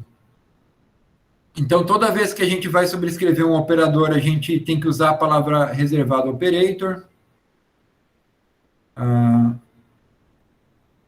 Que mais? Deixa eu botar o código aqui. Então, toda vez que a gente vai sobrecarregar um operador, a gente tem que usar essa palavra operator.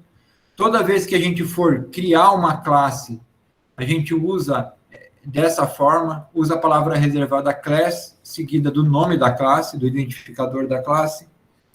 Toda classe possui, basicamente, duas divisões, uma divisão pública e uma divisão privada. Tudo que tiver dentro da parte privada da classe são dados ou são funções aqui, pode ter função também, pode ter método, aliás. Se a gente colocar o método print aqui, ou operador, por exemplo, né, ele não vai poder ser acessado de fora da classe. Tá? E a gente tem, então, os dados membros e as classes públicas. Tá? O que mais? Essa palavra reservada const aqui no final desse método. O que significa isso? Significa o seguinte, que o método print, ele é um método constante. Isso pode parecer não fazer sentido a priori, mas é o seguinte, isso significa que a chamada do método print, ela vai manter o objeto constante, ou seja, vai manter o objeto como ele é. Todo método que eu coloco a palavra const na frente, ele não consegue alterar o conteúdo de nenhuma variável, de nenhum dado membro do objeto. Tá? Essa é a sintaxe da palavra reservada const. Então, por exemplo, a função print, se dentro da função print eu tentar acessar qualquer um dos dados membros x e y que não seja para acesso apenas, se for para tentar escrever neles, vai dar falha. Por exemplo, se eu fizer x recebe 1. Ele não vai deixar. Vamos compilar, ó. Deu erro aqui, ó. Ó, o membro X de ponto é só para leitura. Tá? Certo? Dentro aqui da função print, eu não consigo alterar o X.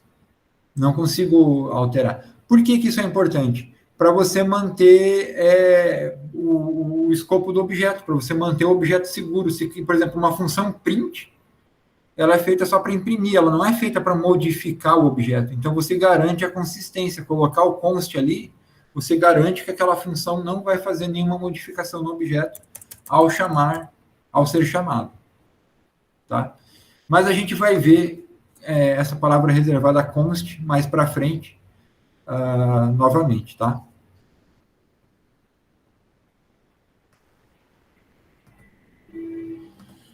Bom, pessoal, já são 9 horas e a gente... Estou muito confuso, Leiane, e sobre o código todo, qual que é qual foi a confusão? Ah, professor, eu não entendi muito bem, não. Assim, tá bem diferente, sabe? Para mim, eu fiquei bem perdida nessa aula. Ficou bem perdida? Você tentou ir escrevendo o código durante a aula? Não, eu estava só prestando atenção no que o senhor estava fazendo, tentando acompanhar, né? Tá. Eu não preparei o computador para fazer, porque eu achei que hoje ia ser somente uma apresentação e tal. Não pensei que fosse fazer algum código, nada, não. Estou assistindo a aula pelo celular. Como eu tive que vir para Rondonópolis, aí, assim, eu estou um pouco limitado, porque eu não estou usando o meu computador. Então, algumas coisas, assim, eu tinha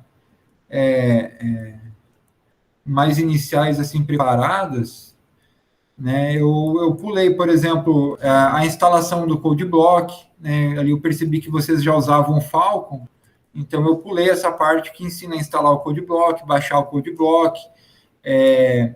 Eu ia passar uma parte para ensinar a fazer o Hello World mais detalhado, mas aí eu fiz esse mais simplesinho aqui, porque eu já tinha, né, partido que vocês já programavam um pouco. Mas na próxima aula a gente pode rever esse conteúdo. Então, se ele não ficou bem absorvido, a gente pode rever ele. Tá? O que eu recomendaria para vocês? Eu recomendaria que vocês tentassem pegar esse código e tentassem executar ele na máquina de vocês e me mandassem os erros, né? Por exemplo, professor, eu tentei aqui e não consegui. Beleza, me manda o código, né? Ou me manda o print do erro, e aí eu vou te ajudando, a gente vai fazendo e vamos chegando a um entendimento. Tá? Mas, assim, é importante que vocês sempre perguntem as dúvidas. Eu acho que a melhor forma da gente voltar à explicação na próxima aula, né? Que agora a aula já chegou já estamos entrando no intervalo. Vocês vão ter aula agora, as 2 últimas? Professor, 9 horas. 9 horas. Sim. Vai começar 9 horas a outra, não é 9h10? Eu já estou lá na outra, inclusive. 9 horas. Bom, então vocês precisam ir para outra aula. Beleza, pessoal. Não, então vamos lá para a aula do Birajara, pessoal. A gente se vê na sexta-feira, e na sexta-feira a gente retorna da onde parou. Leiane, depois você me manda mensagem, que daí eu faço uma outra explicação do código para você. Ok. Beleza? Beleza, professor. Obrigada. Boa noite. Falou, professor, boa noite. Boa noite. Boa noite, pessoal.